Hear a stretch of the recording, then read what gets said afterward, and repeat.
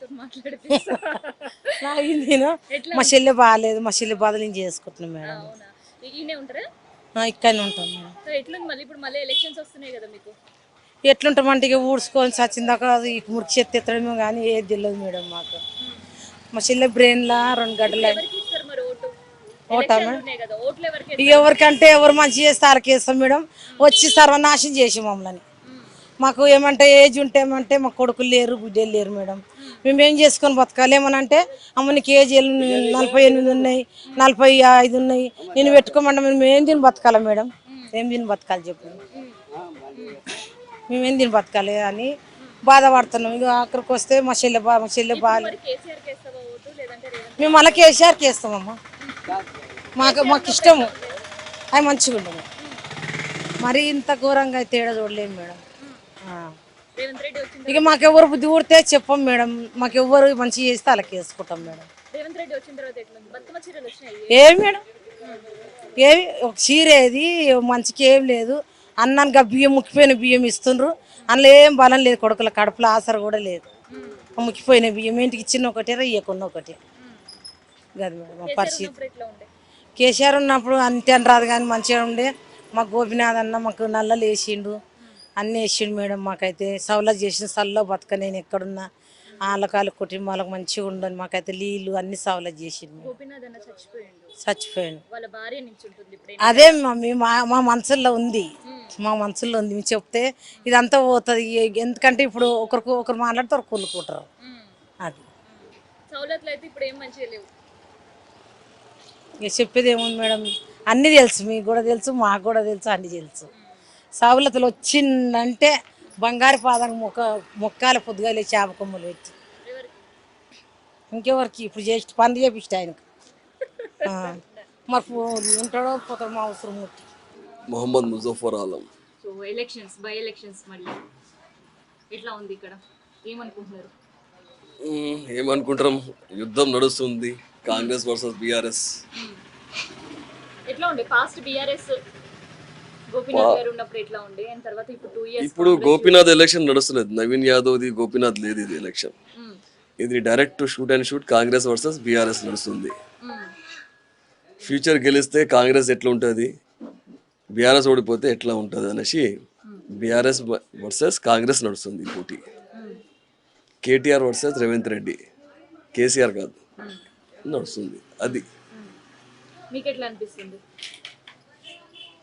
కొత్త గవర్నమెంట్ ని ఇప్పుడు 2 years చాలా మిడిల్ పాయింట్ మీద ఉంది. అంటే ఎంత హై మెజారిటీ నుంచి అనేసి గెలిచేవాడు లేడు. గెలిస్తే నా హిసాబులు అయితే 1000-2000 లేకుంటే కింద మీదనే ఉంటుంది, అంతే ఉంటుంది, అస్సలు ఉండదు.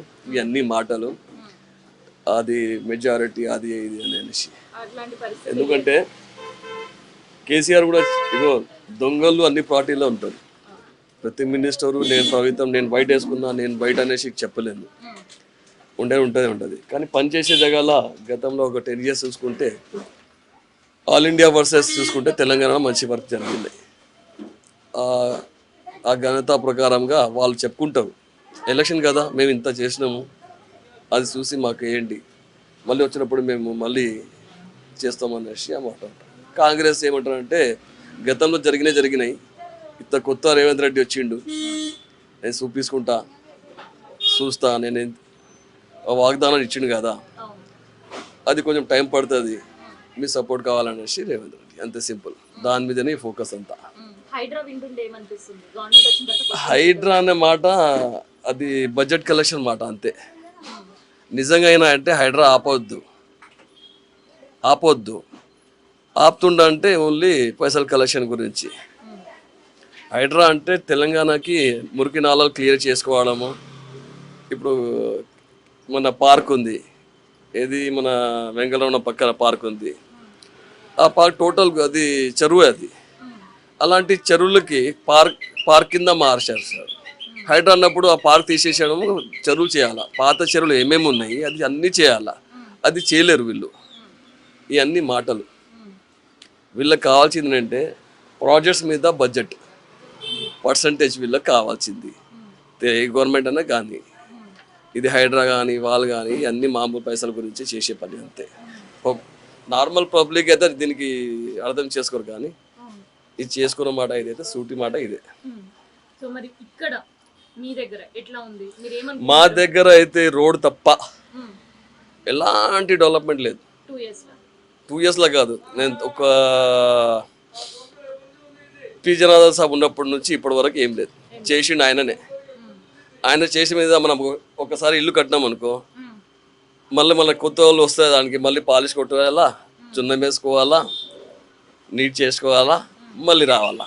సింపుల్. వచ్చిన వాడు అదే పని చేశాడు, కొత్త పని ఏం ఎవరు చేయలే.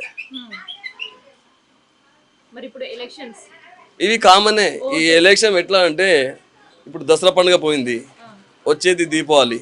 అట్టనే దసరాలో ఏం ఎంజాయ్మెంట్ లేదు. వేసుకున్న బట్టలు వేసుకున్నారు, లేకపోతే గవర్నమెంట్ ఇచ్చే బట్టలు వేసుకున్నారు. ఎంజాయ్మెంట్ ప్రతి మనిషికి కావాలంటే ఎంప్లాయ్మెంట్ కావాలా. ఎంప్లాయ్మెంట్ అసలు లేదు. ఇగో బాబు ఎగ్జాంపుల్ ఇతనే. ఎంత చదువుకోవడం అంటే కనీసం అంటే ఇంటర్ లేకుంటే గ్రాడ్యుయేషన్ అంటాడు. కెమెరామెన్ తీసుకొని వస్తుంది. మీరు ఇవాళ అమ్మాయిలు, ఒక అమ్మ అంటే నాకు కూడా అమ్మాయిలు ఉన్నారు, నాకు సిస్టర్లు ఉన్నారు. నువ్వు ఒక సిస్టరు కెమెరా పట్టుకొని తీసుకుని తిరిగితే పైసలు వస్తాయి అనేసి వస్తున్నావు. ఇది రావద్దు. ఇది సిస్టర్లకి ఇంట్లోనే కూర్చొని పైసలు వచ్చేది ఏర్పాటు చేయాలా గవర్నమెంట్. తెలంగాణ సంస్కృతి ఏంది ఆ ప్రకారంగా ఉండాలా. మనం రోడ్డు మీద తీసుకొస్తున్నాం అందరికీ, అర్థమైందా? ఈ గవర్నమెంట్ చేతిలో ఉన్నది, గవర్నమెంట్ చేయలేకపోతుంది అంతే.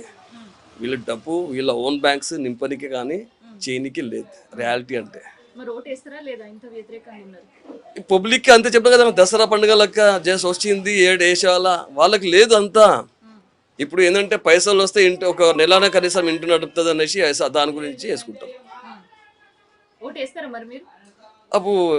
ఇప్పుడు ఎట్లా ఉండే అంటే ఇండియాలో బతకాలంటే ఓటు వేయాలా, గుర్తింపు గురించి. మనస్ఫూర్తిగా కాదు, ఓన్లీ గుర్తింపు గురించి నా ఓటు ఉంది, నేను హక్ వేస్తున్నా. ఓటాలా కూడా వేసుకోవచ్చు. అదే అప్పటి నుంచి అయింది నోట. అదే ఆలోచించిన. ఈ గవర్నమెంట్కి ఎవరికి వేస్తే లాభం ఏంది, వీనికి వేస్తే ఏంది, నోటాకి వేస్తే అయిపోయాయి కదా, అర్థమవుతుంది కనీసం. కానీ మన వాళ్ళు ఎవరు ఏదన్నా కొత్త చిన్న చిన్న ప్రాజెక్ట్ తీసుకొస్తారు, ఖబరస్థాన్ అనేసి. అయ్యేది కాదు, పోయేది కాదు. ఇచ్చేవాళ్ళు ఉంటే 99.9% వక్ ప్రాపర్టీస్ చాలా ఉన్నాయి. మొన్న కేటీఆర్ గారు అన్నారు, టీబీ హాస్పిటల్లో నేను ఇస్తా అన్నాడు. గవర్నమెంట్ కాంగ్రెస్ గవర్నమెంట్తో నేను మాట్లాడి, నేను కూడా మాట్లాడతా, మీరు కూడా రండి అన్న. తన గవర్నమెంట్ ఉన్నప్పుడు ఎందుకు ఇవ్వలే?